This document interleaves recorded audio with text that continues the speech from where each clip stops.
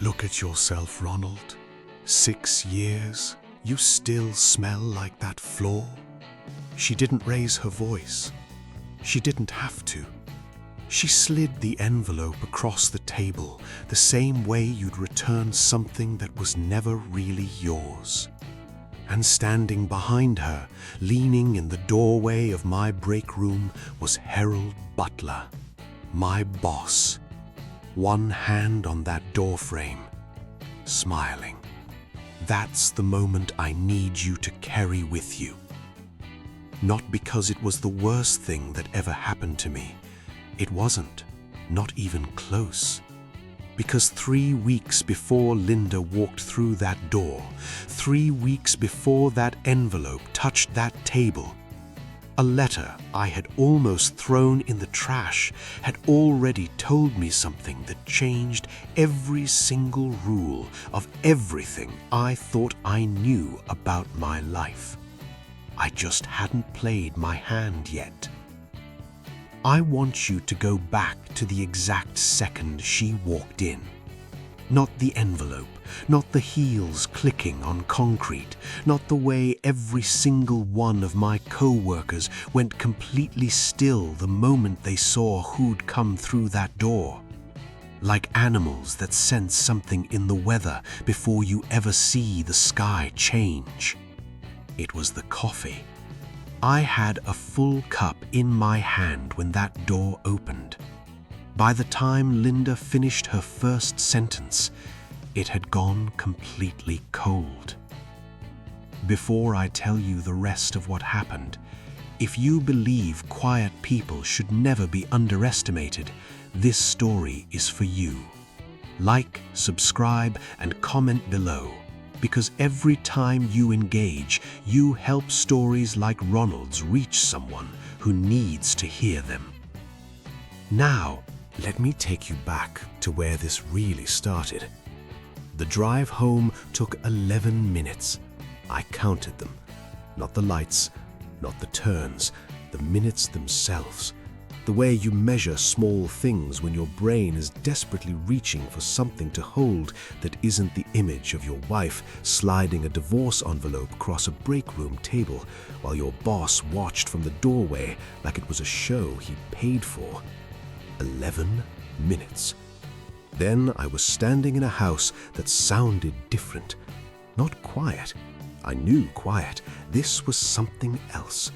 The specific silence of a space where someone used to exist and doesn't anymore. You can feel the difference. The air sits wrong. The rooms carry a kind of width on one side that they never had before. Her closet was the first thing I looked at. Half empty. Not half full, half empty. That distinction matters more than you'd think when you're standing in a dark hallway at 11 at night and you haven't decided which room you actually belong in yet. She took everything she'd pointed at in store windows, everything that still had tags she'd left on for a reason. What she left behind told its own story. A cracked bottle of hand lotion she used to complain I never replaced. Half a candle she'd stopped liking months ago. The things you forget when you're leaving in a hurry, or the things you never cared enough about to pack. I stood at that shelf for longer than I should have, trying to figure out which version of the truth was worse. The 3 days that followed had a texture I can only describe as gray. Not sad. Sad has edges. Gray just spreads.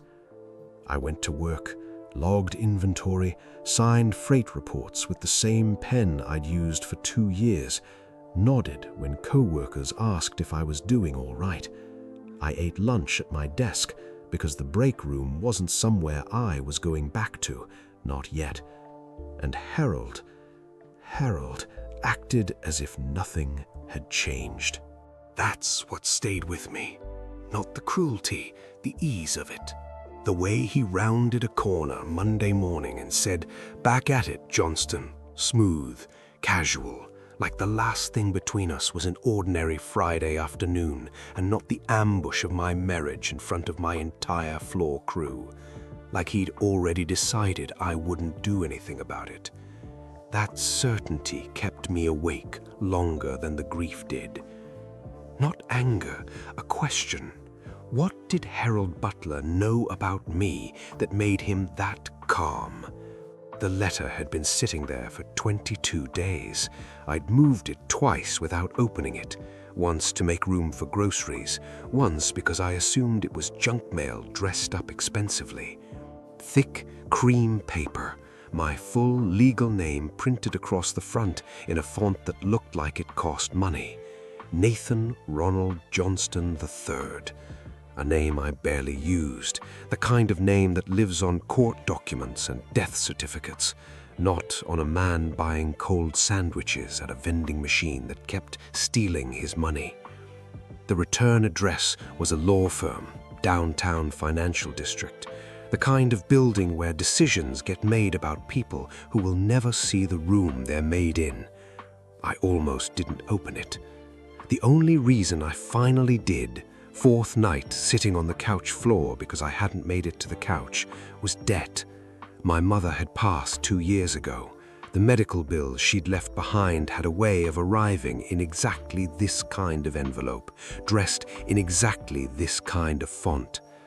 Bad news had always come well dressed in my life, so I tore the seal, expecting the worst. Then I read the first line twice, then a third time, because the name on that document, the man this letter said had passed away, was someone I'd met exactly once, standing at my mother's funeral in a dark suit, pressing a business card and an envelope of cash into my hand. "Use it well, son. I'll be in touch." He never was. 20 years of nothing. And now, apparently, he'd left me something.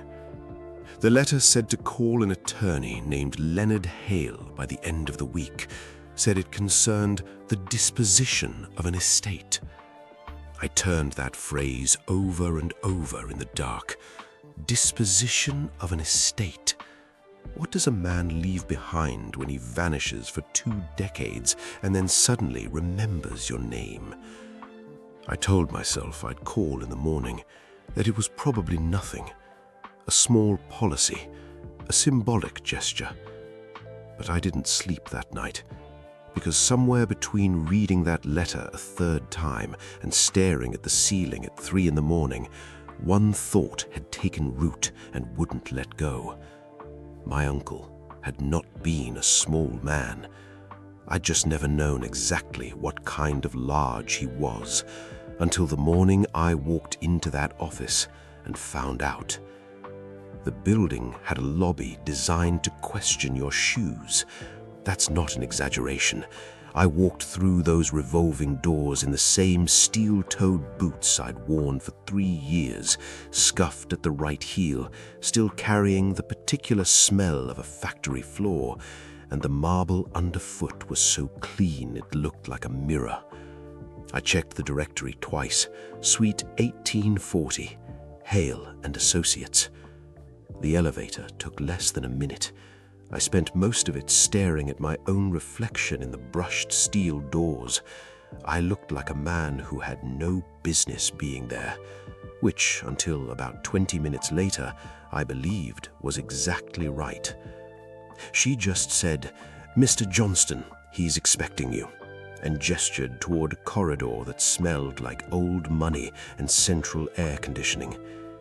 The office had walnut walls, real walnut, not veneer, not paneling, the kind of wood that costs more per square foot than my monthly rent. Behind the desk, a window the size of a cinema screen, the entire downtown skyline spread out beyond it like the city was an exhibit, and the room had been designed specifically to remind you how small you were. Leonard Hale stood when I walked in. Actually stood. Not the polite half-rise, a full stand, both hands visible, the kind of greeting reserved for someone whose presence means something. I didn't know what to do with that. I sat carefully, still in my boots, and Leonard, silver-haired, tailored suit, reading glasses he didn't need yet, slid a folder across the desk like it was the most ordinary thing in his day. "Your uncle passed away 6 weeks ago," he said. "I apologize for the delay. He was specific about the timing." Specific about the timing. I filed that away. I didn't know what it meant yet, but I filed it. "I barely knew him," I said. Leonard nodded exactly once. "He knew enough about you." The folder held documents I didn't have the vocabulary for. Account summaries, trust instruments, equity schedules, numbers stacked in columns so large they stopped looking like numbers and started looking like a language I'd never been taught. "Walk me through it," I said. "Plain." Leonard folded his hands.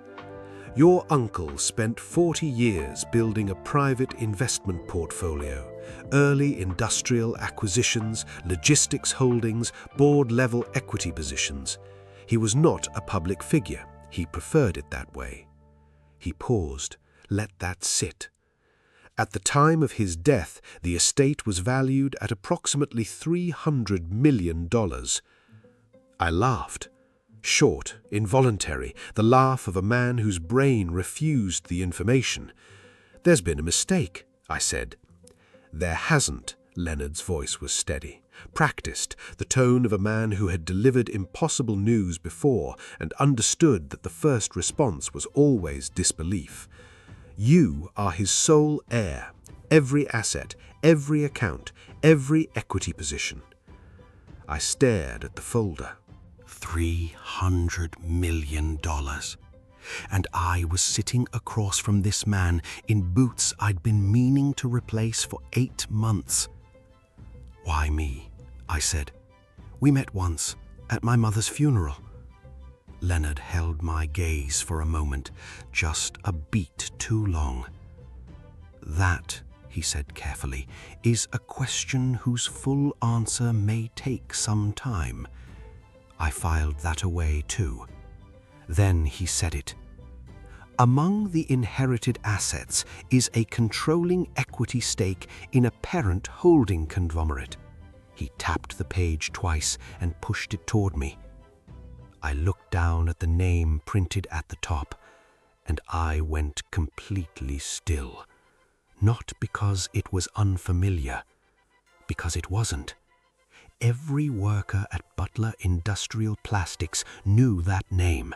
It sat at the very top of the org chart nobody ever actually looked at, the invisible hand that owned the building, the machinery, the contracts, the floor I'd spent 3 years standing on.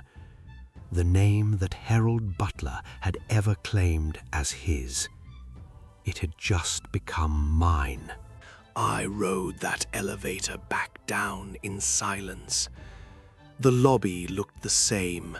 The marble, the mirrors, my boots on the floor. But when those revolving doors pushed me back out onto the street, the city felt different. Because somewhere in it, Harold Butler was sitting in an office that belonged to my uncle for 40 years. He just didn't know who'd inherited it. And there was one question Leonard still hadn't answered. One that had been circling since he said he knew enough about you. If my uncle spent 40 years watching from a distance, what was he waiting for me to become?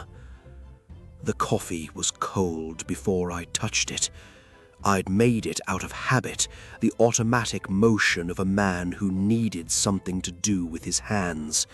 Set it down, opened the folder Leonard had sent home with me, and 2 hours later it was still sitting there, untouched, a dark ring forming on the bottom of the mug. Same as the break room, cold coffee, the detail that sticks. I don't know why my brain keeps returning to it, Maybe because it's the only honest record I have of exactly when things stopped being normal. The folder was thick. 40 years of an invisible life compressed into pages with numbers I was still learning to read. But near the back, tucked behind the trust instruments, was something different.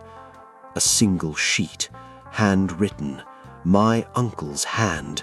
I recognized nothing of it, but Leonard had said so. 7 words in careful capital letters. Keep the diagram in safe hands. That was all. No signature, no date, no explanation of which diagram or why it needed protecting or who it needed protecting from. Just the instruction, like a warning left in a place where the wrong person was never supposed to reach. I called Leonard the next morning. He didn't answer. His assistant did. Her name was Vera Castillo. She had a habit, I noticed it the moment I walked into her office, of describing corporate structures the way other people described difficult relatives, like they had moods, histories, things they were quietly capable of. She'd worked with Leonard for 11 years and never once needed to print a diagram twice because she'd already memorized it.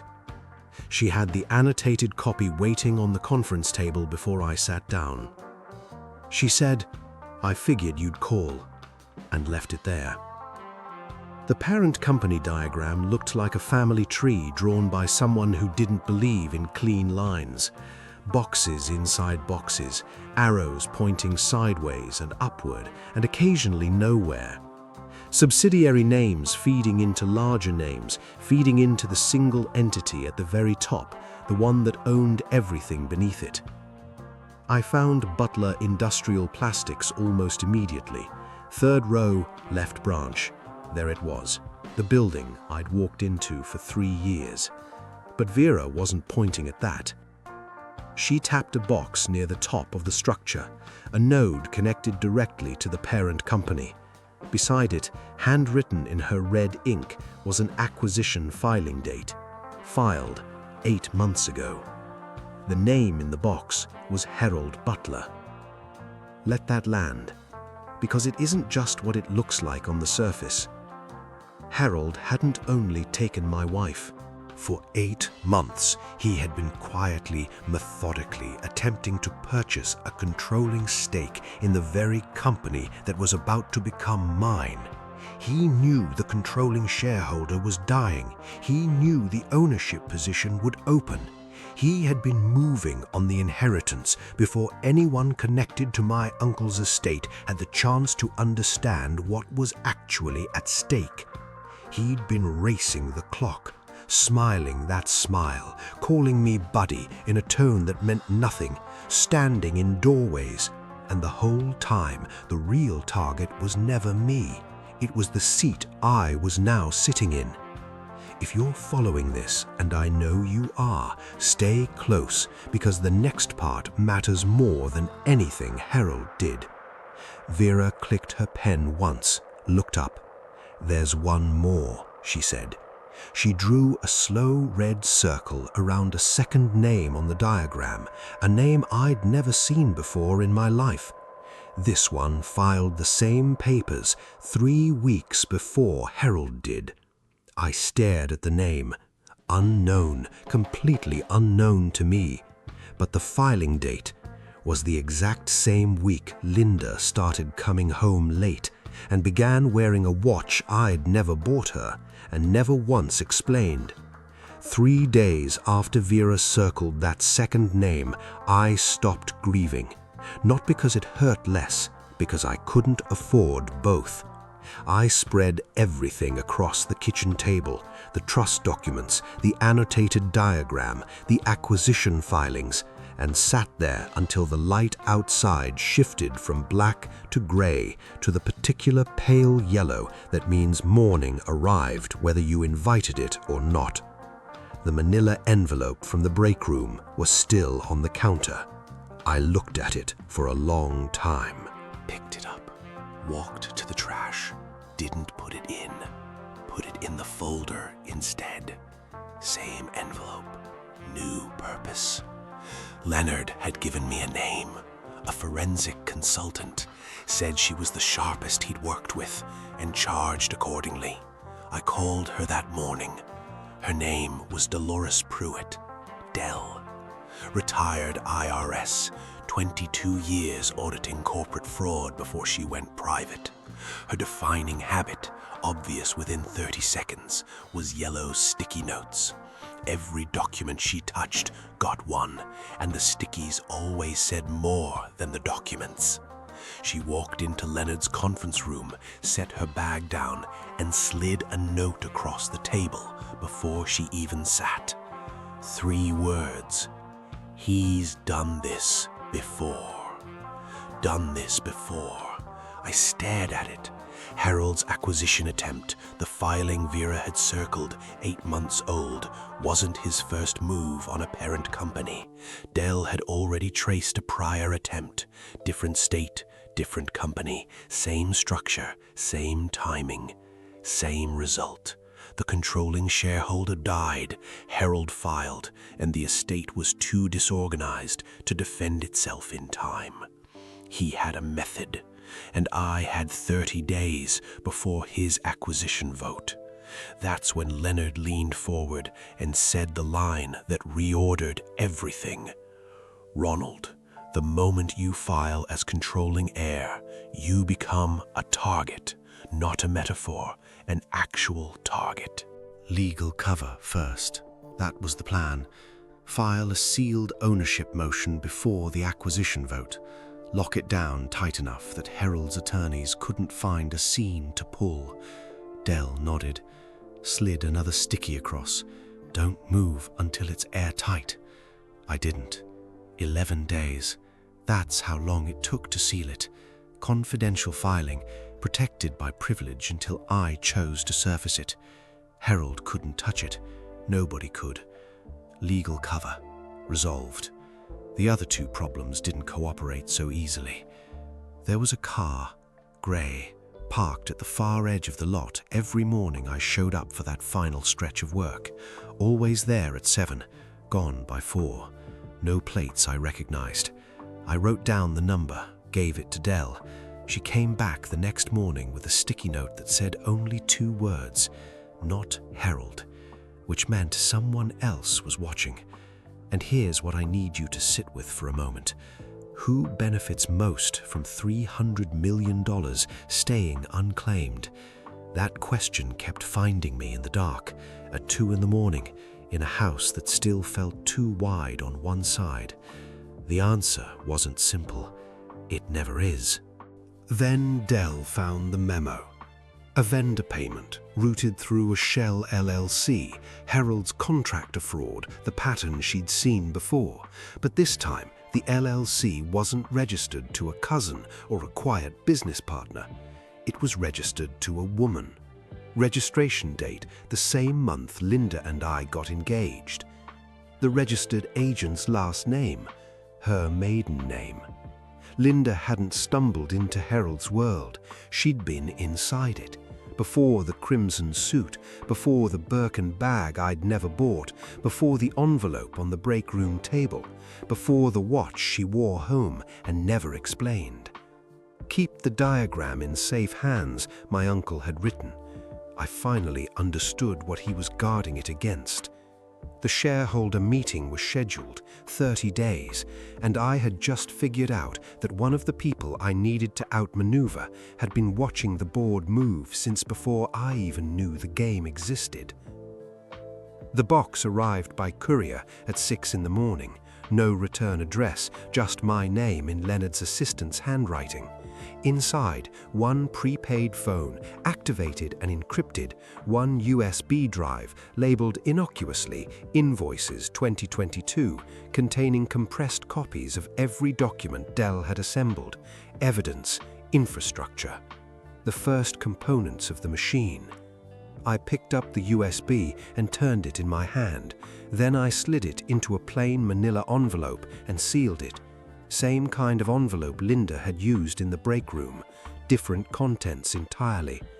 The second piece of the machine had a name, Teresa Sims, internal auditor at Butler Industrial Plastics, 11 years, same office, same desk, same direct view of the loading bay. Her defining habit, the one that mattered most, was a shadow ledger, a private record she'd maintained for 2 years of every discrepancy she'd flagged and been told quietly and firmly to leave alone. She'd been waiting for someone to actually read it. We met at a diner 3 miles from the factory, corner booth. She arrived before me, back to the wall, coffee already cold. When I sat down, she didn't say hello. She slid a folder across the table. 17 entries, she said, going back 26 months. 17. I opened the folder and held my expression completely flat, because Teresa's ledger wasn't just confirming the vendor fraud Dell had already traced. It was worse. Harold had personally authorized the destruction of 2 internal safety reports, documents that would have triggered a mandatory federal review. Reports that, had they surfaced, would have halted operations and dismantled the bonus structure his entire lifestyle depended on. He'd buried them on purpose, and Teresa had kept the originals. Copies.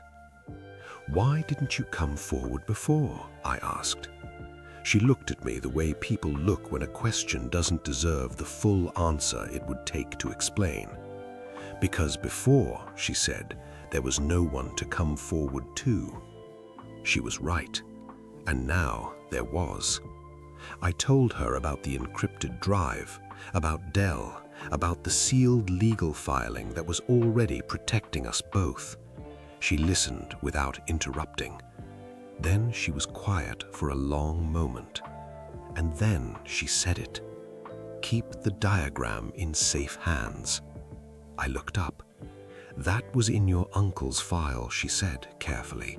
"I helped Leonard's team prepare it 3 years ago.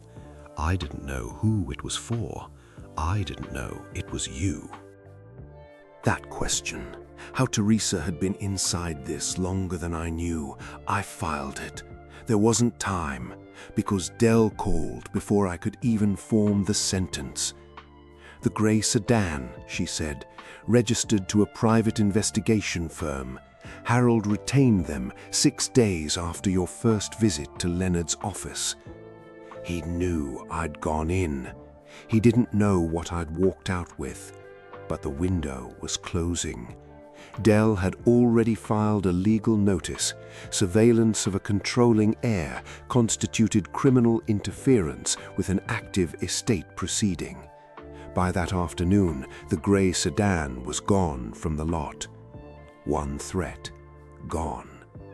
If you've been paying attention, you know what that means. The board is clearing, but not in Ronald's favor alone.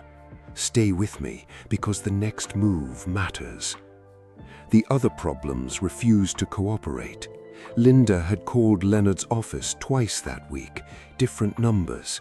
She wasn't asking about the divorce settlement. She was asking about the estate.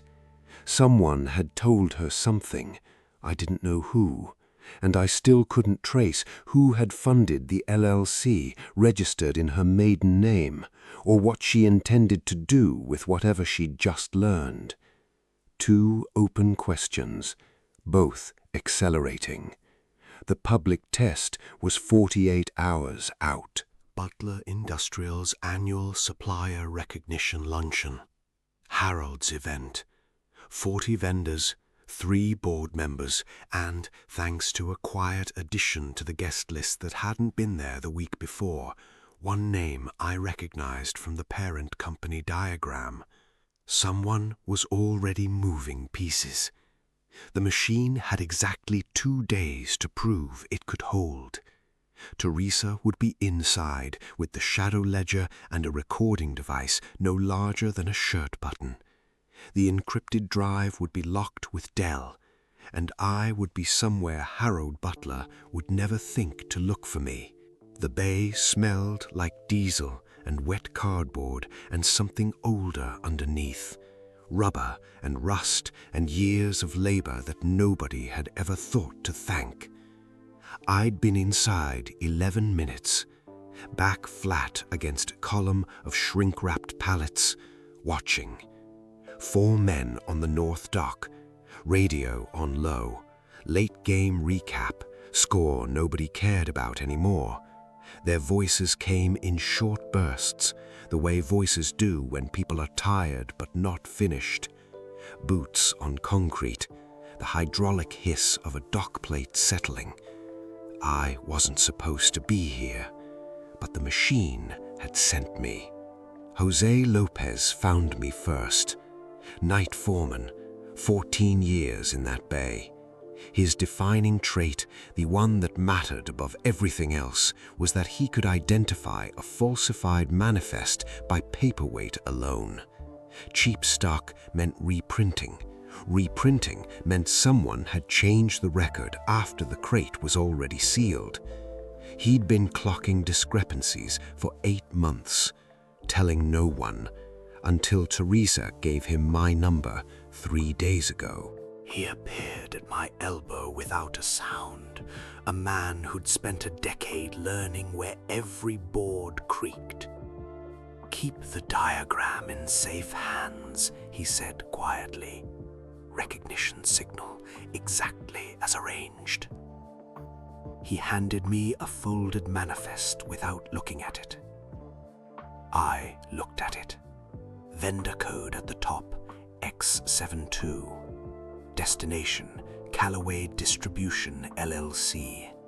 An address 3 states over that Dell had already confirmed was a P.O. box registered to a transportation company owned by Harold's cousin, the same route that had been cycling product and cash through this bay every Thursday night for 14 months. Except tonight wasn't Thursday. Jose said.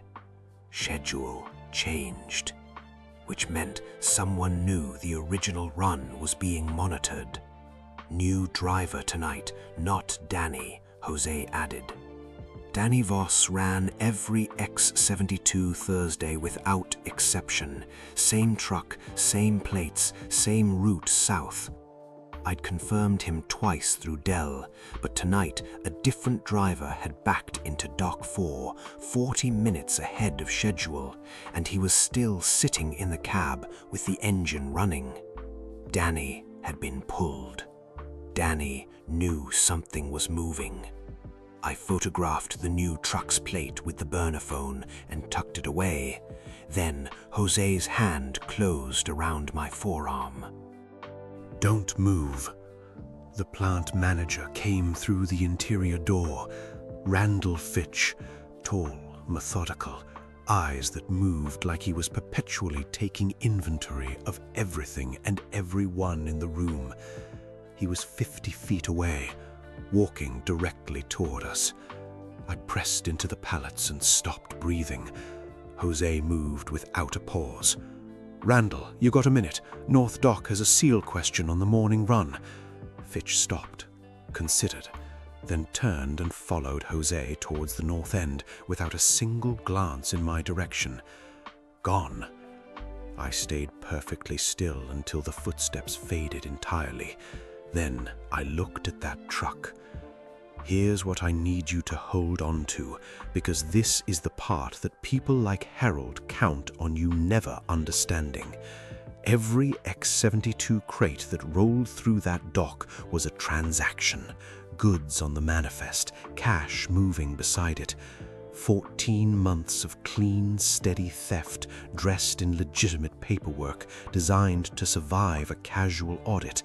It held up until someone weighed the paper, until someone like Jose spent 8 months noticing what everyone else had been told not to see.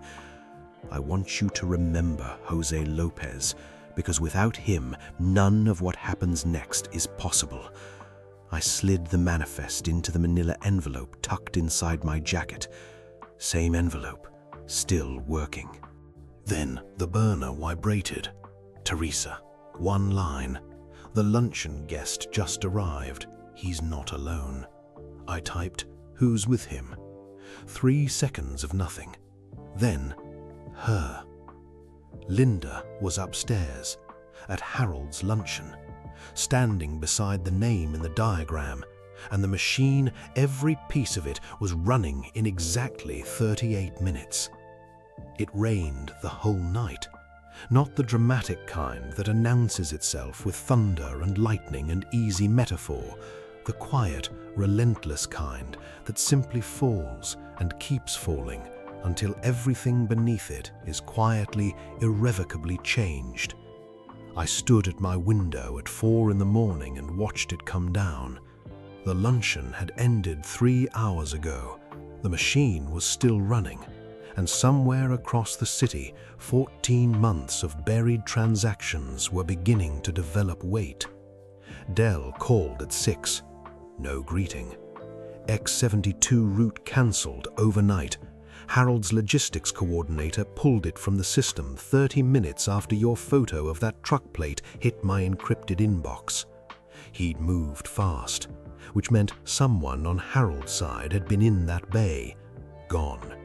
14 months of Thursday night shipments stopped cold on a Wednesday morning.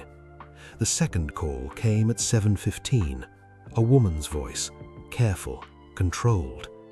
"I'm Sarah Ramos. Teresa gave you my number.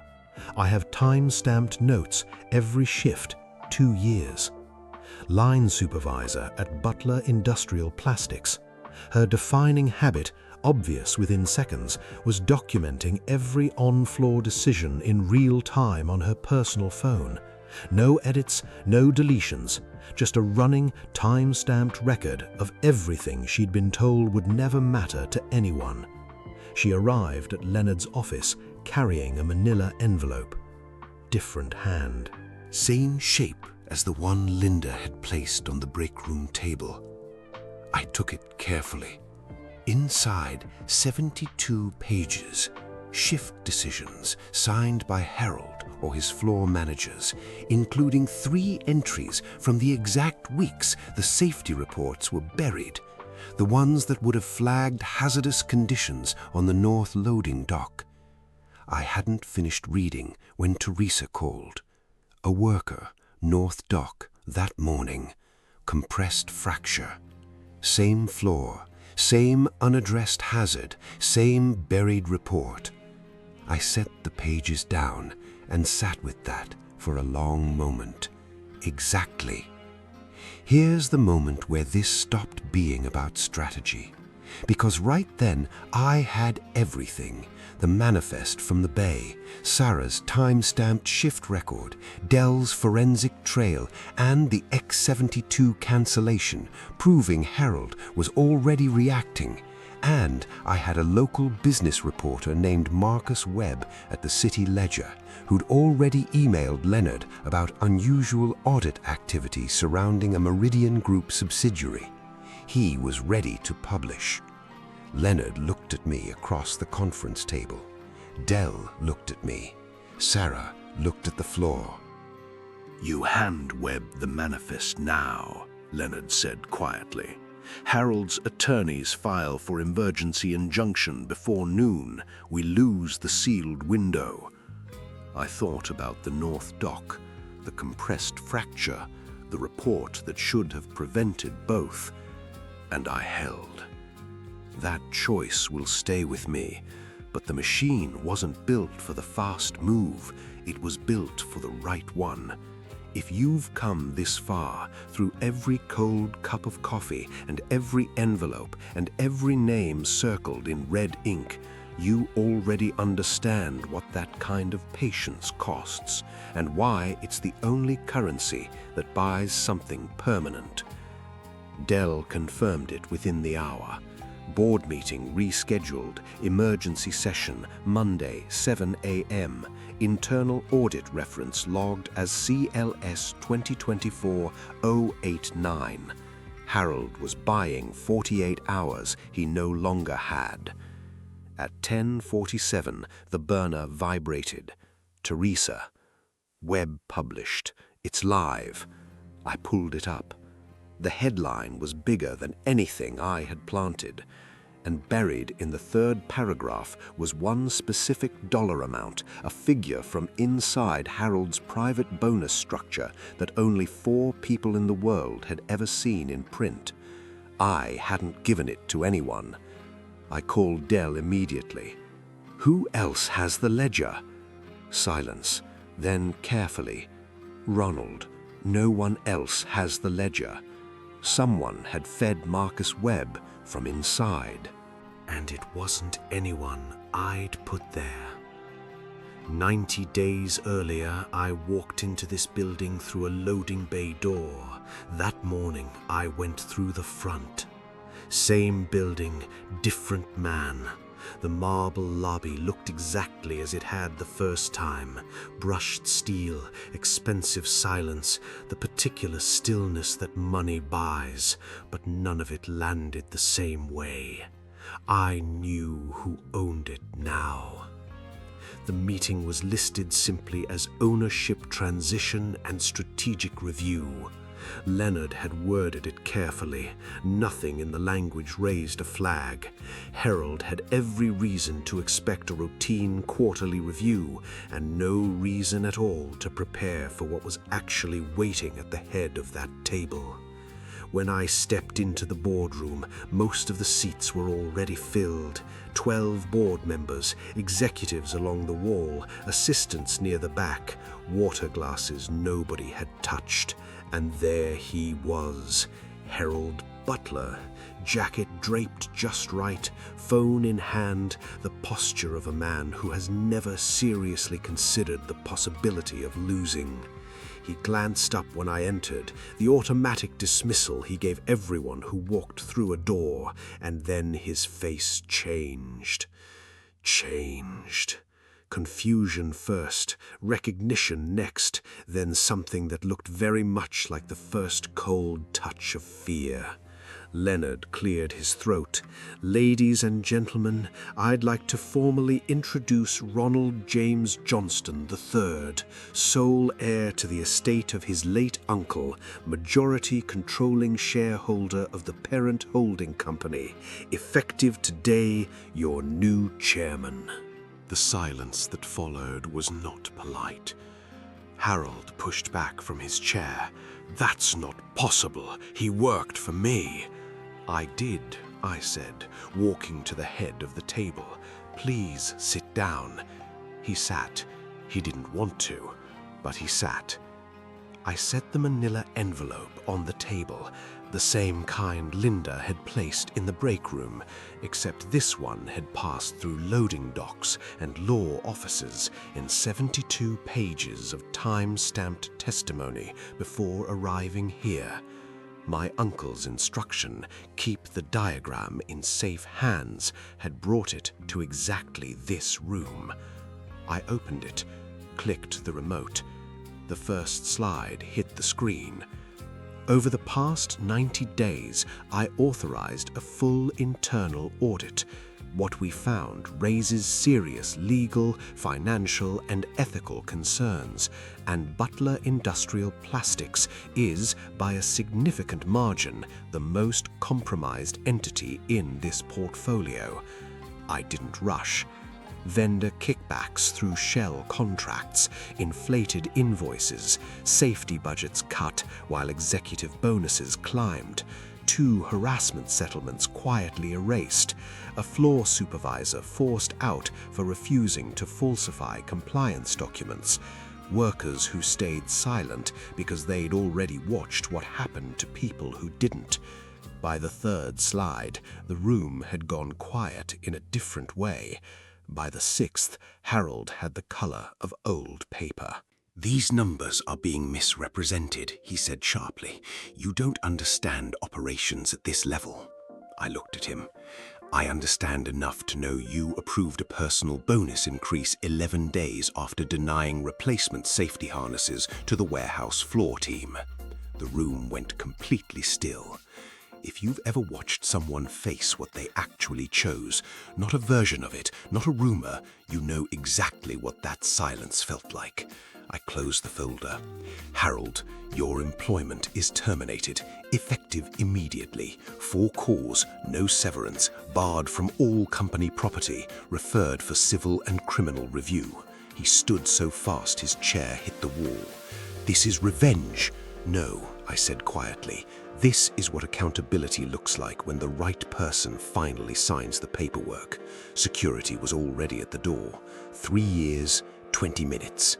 He stopped at the threshold, looked back at me once and said a name, quiet, almost careful, that I'd seen exactly once before, circled in red on Vera's diagram. The second acquisition filing, 3 weeks before Harold's, the one nobody had ever explained. When you find him, tell him I held as long as I could. Then he was gone. The burner phone in my jacket pocket began to vibrate. The burner phone had stopped vibrating by the time the boardroom cleared. 4 calls, 38 minutes, the same number each time. Linda. I let them sit. There was still a room of board members to address, a legal team to brief, and a machine that wasn't finished running just because Harold Butler had been walked through a door. That took 2 more hours. Then I sat in the parking structure. The same garage where I'd once changed into steel-toed boots at 5 in the morning, and called her back. She answered before the second ring. Silence first, breathing unsteady. What did you do? I'd expected anger. What I heard was more complicated. A woman standing inside the rubble of a plan that worked perfectly right up until it didn't. I did my job, I said. This is about me. No, I kept my voice level. This is about buried safety reports and stolen wages and people who stayed silent for years because they had no other choice. You leaving me just showed me clearly what kind of man you'd chosen. A long silence, then softer, almost careful. I made a mistake. I let that sit, because some truths deserve the room they need. You didn't make a mistake, Linda, I said. You made a choice. She didn't respond. I heard her breathing change. Then nothing. Dell called at 9 that evening. The decision had been waiting since morning. Her forensic file on Linda's LLC was complete. The civil referral was drafted. 1 signature from me and Linda's complicity entered the formal record. I thought about the registration date, the maiden name, the watch I'd never bought. Then I thought about Harold's words at the threshold, the name he'd said quietly before security took him. Keep the diagram in safe hands. If Linda knew that name, if she'd been closer to the top of this chain than I'd understood, her testimony might be worth more than her prosecution. I told Dell to hold the file. Not permanently, for now. That choice cost something. I want to be honest with you about that. Justice that arrives in pieces never feels entirely clean, but the machine was built for what lasts, not for what satisfies the moment. 2 threats didn't leave with Harold. The third player, whoever Harold had been shielding, had already filed an emergency motion challenging the estate transfer. Leonard's team had it contained, but contained and resolved are different words, and right now they were the only wall between me and someone who had been moving quietly in the background of this entire story. And someone new had picked up the surveillance. Different vehicle, different method. Not Harold's PI. Patient. I went inside, moved through the apartment, ended up in the bathroom. The shelf, the cracked lotion bottle still there, and beside it, the cheap hair tie Linda had forgotten the night she'd left. the one small thing that wasn't part of the plan she'd been quietly building while I was working overtime. I picked it up, held it a moment, set it back exactly where she'd left it. Some things you keep, not out of grief, out of memory, because forgetting what was true doesn't make the next truth any cleaner. Not the building intercom, not a phone call. A knock, measured, patient, the kind that knows you're home. 3 times. I looked through the peephole. A woman I had never seen before, holding a manila envelope, written across the front of it in handwriting I recognized from the walnut-walled office where everything had started. My uncle's handwriting was a name I had never been told to look for.